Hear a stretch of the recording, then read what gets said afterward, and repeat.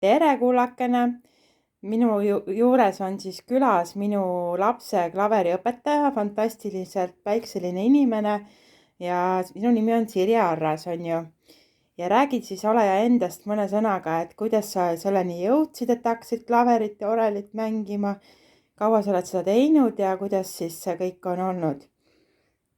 Jah. Klaverit hakkasin mina ise õppima 8-aastaselt Elva laste muusikakoolis ja õpingud jätkusid mul Elleri muusikakoolis, kus ma õppisin laulu erialal, aga kus klaver oli siis üldklaver. Ja siis ma õppisin veel klaverit ja orelit Viljandi Kultuuriakadeemias. Oho, tubli. Ja väiksed lapsed jõudsid minuni, kui ma sain klaveriõpetajaks Mart Reiniku koolis, aga siis olid mul klaveriõpilased, kõige nooremad olid 7-aastased. Et seal oli see 7-aastane õppetsükkel. Aga nüüd, kui ma koolis enam ei ole, nüüd on mul isegi veel väiksemad õpilased. Mul olid 2 5-aastast õpilast, kes on nüüd saanud juba 7-seks. Ja Eerik on praegu mul 4. poissõpilane. Tähendab, tema on noormees.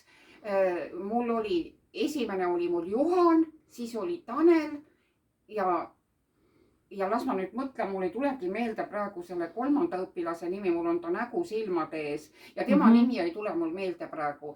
Ja 4. õpilane on siis mul poissõpilane Eerik, nii et see klaver on ikka üks naiste pill. Nii et tüdrukud ikka siis Reiniku koolis seda õppisid meil. Ja Eerik on siis minu poeg, kes nüüd saab mai lõpus 16. Ja Eerik on praegu 15-aastane ja ta on väga hoolas.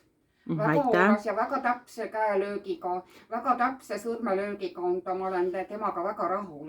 Et tema eas inimene juba saab aru, mis on sõrmelöök ja kõik, eks ole, et võib-olla 5-aastane veel ei adu nii täpselt. Ja selles on sul õigus, et ta on juba mõistus peas, et ta on juba asjalik inimene vanuse poolest. Aga tahad sa veel midagi rääkida enda eluloost või tahad meile mängida midagi, et kuidas sa orelit, kus sa mängid? Orelit ma mängin Tartus Vanemuise 19, kus uusapostlik kirik üürib pühapäeval saali, selles nii-öelda kirjanduse majas. Ja meil on siis seal tund aega, siis ma mängin väikest elektri orelsüntesaatorit ja jutlustajaga koos siis on meil see liturgia ja pärast on siis väike kohvilaud. Nii et ma kutsusin Eerikut ka sinna kuulama neid. Saksa koraalid on meil, Saksa kirik on. Ja kirikusse ma jõudsin siis läbi laulmise, et ma laulsin kooris ja koorilaulja kutsus, et tule hääleseadet tegema meile kirikukoori. Aga mina läksin kirikukoori kohale ja otsustasin, et ma hakkaks hoopis orelit mängima.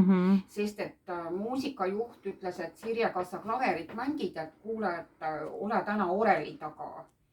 Ja siis ma jäingi oreli taha. Ja nüüd ma olen siis juba 20 aastat mänginud orelit uusapostlikus kirikus. Aga teeme siis nii, et tee omale mugavaks siin. Sa oled väga tubli inimene. Mul on väga au sinuga tuttavaks olnud saada. Tee endale olemine mugavaks ja äkki mängid, austad meid sellega, et mängid meile ühe ilusa pala? Ma mängiksin ühe Hispaania helilooja Lermo pala Hispaania meloodia. Aitäh, kohe siis